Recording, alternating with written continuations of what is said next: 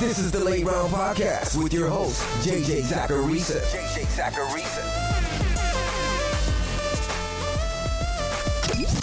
What's up, everyone? It's JJ Zacharisa, the editor-in-chief at FanDuel and at NumberFire.com, and this is episode 481 of the Late Round Podcast, so many shows that are part of the FanDuel Podcast Network. Thanks for tuning in. On Wednesday, the Fantasy Sports Writers Association announced this year's award winners in tons of categories across the fantasy sports world. I was lucky to be a finalist for Football Ongoing Series of the Year, Football Writer of the Year, and most importantly for this show, Football Podcast of the Year. In the end, I took down Ongoing Series of the Year, which was the series on finding breakout players at each position in fantasy football. That was really cool, but what was cooler was taking down Football Podcast of the Year as well. I put a lot of time and effort into this show, and I feel very, very lucky to be able to do this show as frequently as I do every week. It just means a lot to be recognized, and I would have never been recognized if not for all of you listening to the show, giving me good feedback on it through the years, and helping it get to the place that it is today. So I just want to say thank you all for being such big supporters of this show. Genuinely. I mean that from the bottom of my heart. Thanks for all the questions, the conversations, the feedback, all of it. And of course, I can't forget, thanks for tuning in. Now, before getting into the questions this week, I've got to ask you a question. Did you know that racing season is here? Well, the Daytona 500 is Sunday, February 14th, and if you place a pre-race wager on a driver, if he comes in the top 5, FanDuel will refund your bet. So he doesn't even have to win the race. Sunday is only a few days away, so go download the FanDuel Sportsbook app and bet today. Must be 21 years or older and present in New Jersey, Pennsylvania, Illinois, West Virginia, Indiana, Colorado, Tennessee, Iowa, Virginia, or Michigan. Refund issued as non-withdrawable site credit. Max refund $50. Terms apply. Gambling problem? Call 1-800-GAMBLER. In West Virginia, visit 1-800-GAMBLER.net. In Indiana, call 1-800-9-WITH-IT. In Colorado, call 1-800-522-4700. And in Iowa, call 1-800-BETS-OFF. The first question this week, it's an email. It says, "Hi JJ, I discovered your podcast around the beginning of quarantine, and it's been something I look forward to each week. Keep up the great work. Thank you. My question this week is regarding some fantasy Twitter debate that I've seen recently regarding landing spot and whether or not it matters. I think, like most things in fantasy football, it's something to consider during the evaluation process, and it varies from player to player, but it definitely should not be ignored. So in your humble opinion, does landing spot matter? Thanks, JJ, Ricky Garcia." I mean, intuitively, it has to matter, right? We know that a player's probability of being a good fantasy asset, it increases when he's in a better offense. Or I should say, good fantasy assets come from good offenses at a higher rate.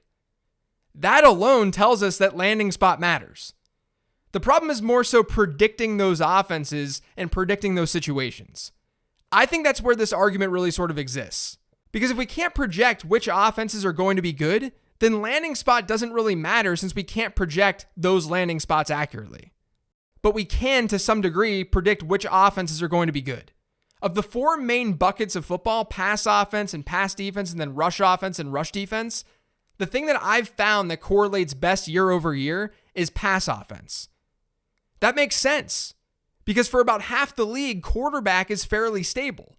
We have the same guys playing quarterback year in and year out for these teams. So you could look at the quarterback and say, oh, well, this offense is likely to be good because Patrick Mahomes is the quarterback of this offense. Like, how often is the Chiefs' offense going to be bad over the next decade? As long as Patrick Mahomes is healthy, probably never. And then we also know that there are coaches who like to do specific things. If a wide receiver lands in a Bruce Arians offense, then his average depth of target has a good chance to increase because the offense itself is one that tosses a lot of intermediate and deep throws. So yes, I care about landing spot, especially at the extremes. And I've got a good example of this.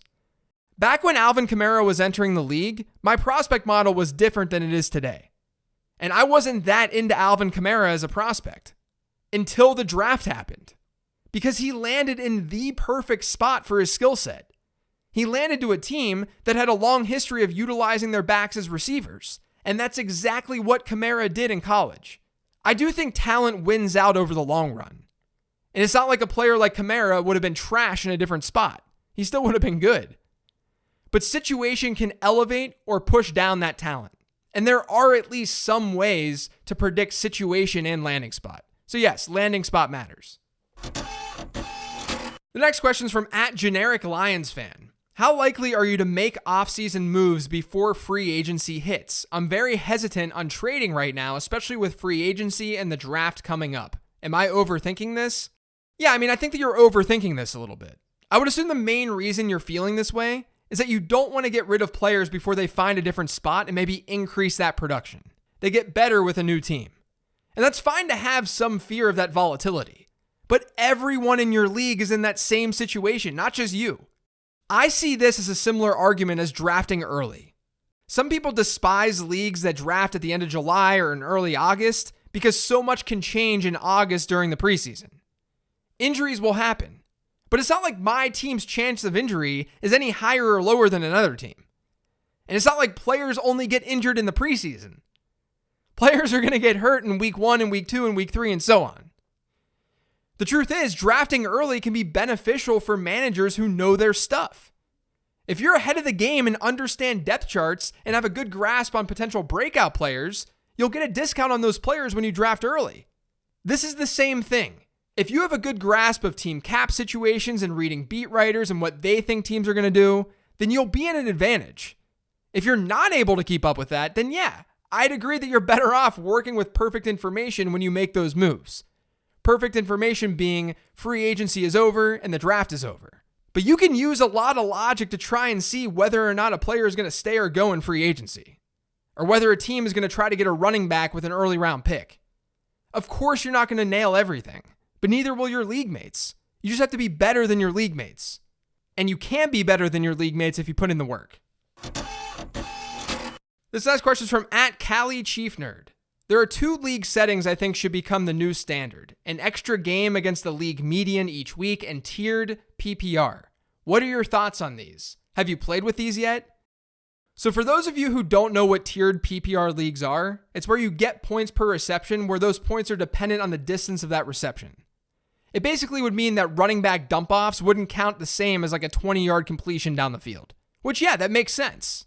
The one thing that I would say to that, though, or any other scoring rule change, I don't get all that worked up about fantasy scoring because we're all playing the same game. Like, yeah, these random running backs who catch 80 passes and barely gain any yards from them, you might be frustrated that they're getting a full point per reception for those weak catches. But you had a chance to get that guy. You could have had him if you wanted him. You have to adjust based on the rules of your league. Now, I understand why people would want tiered PPR systems. And I think it's cool and fun. I'm not trying to be a hater. I just don't think it's totally necessary because we're playing a game about a game here. It doesn't have to be identical to the real game of football. Now, regarding playing 2 games per week, I think that's different. With the scoring changes, you're not really changing the crazy variance that exists in fantasy football. But when you only have a head-to-head league with no spot in the playoffs for points, that increases the amount of luck involved in your league. And I think doing things to remove that kind of luck is a good thing. So if you're able to play in a league where you face your head-to-head opponent, but also face the median score across the league that week, I'm all for it. I do that with the Apex Expert League that I've been in over the last 6 or 7 years. It's really a great way to decrease the luck factor in fantasy and make sure the best teams are always in the playoffs. This next question is from @WillHarper614. What are your thoughts on James Robinson going into next season? Should have a competent quarterback, talented wide receivers to help out, and a defense that will give up points. Will he be a top 10 running back once again? So I've talked about Robinson before on this show during the offseason, but I figured I'd bring this up again because he's one of the hardest players to really pinpoint and understand, I think, this offseason. In actuality, I think his startup ADP makes sense right now. People seem to not be overstating or understating what he did in his rookie year. The upside that exists with Robinson is that he completely showed up during his rookie season and he balled out. And he did that while seeing really crazy volume. And volume is the thing that's stickiest year over year. But that's also the downside for me.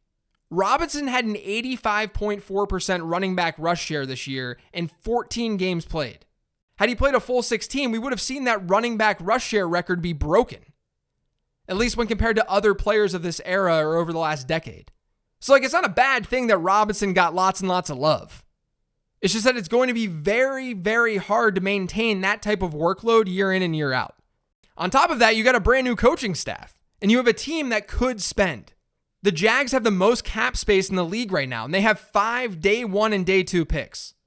It's not hard to envision some competition going James Robinson's way this offseason, even though, like I said, he balled out this year. I'm not a believer that you should automatically sell Robinson because he was undrafted. I liked him as a prospect. I talked about him on this show before the draft even happened. And when he's already proven to be an outlier given what he did as an undrafted guy in year 1, we shouldn't really care about that much. I just am probably slightly more on the sell side than the buy side with Robinson. Not because I think the Jags should do a lot with the running back position.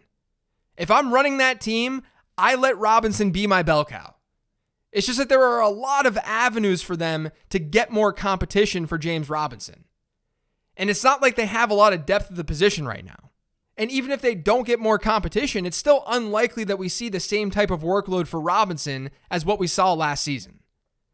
So I agree with the startup cost. I think it makes sense, but I'm probably more on the sell side than the buy side, even though I love him as a player. This next question is from @SaltazFF. Does your prospecting model for wide receivers include BMI, weight, and or height? If so, how much value do you place on physical measurables? If not, can you discuss how much more valuable production statistics are versus those physical measurables? It's hard to answer this without going into the extreme details of the model, but I can at least say that for my model, production numbers are far more important than physical measurables. I do look at BMI and have some thresholds for size that I want wide receivers to hit, but the production side of things is by far the most important aspect of it. And I'll include breakout age as part of that. And then obviously draft capital is thrown in there too. I'll talk more about that in a second. And I should add that the running back BMI and size thing is more important to that model than it is at wide receiver.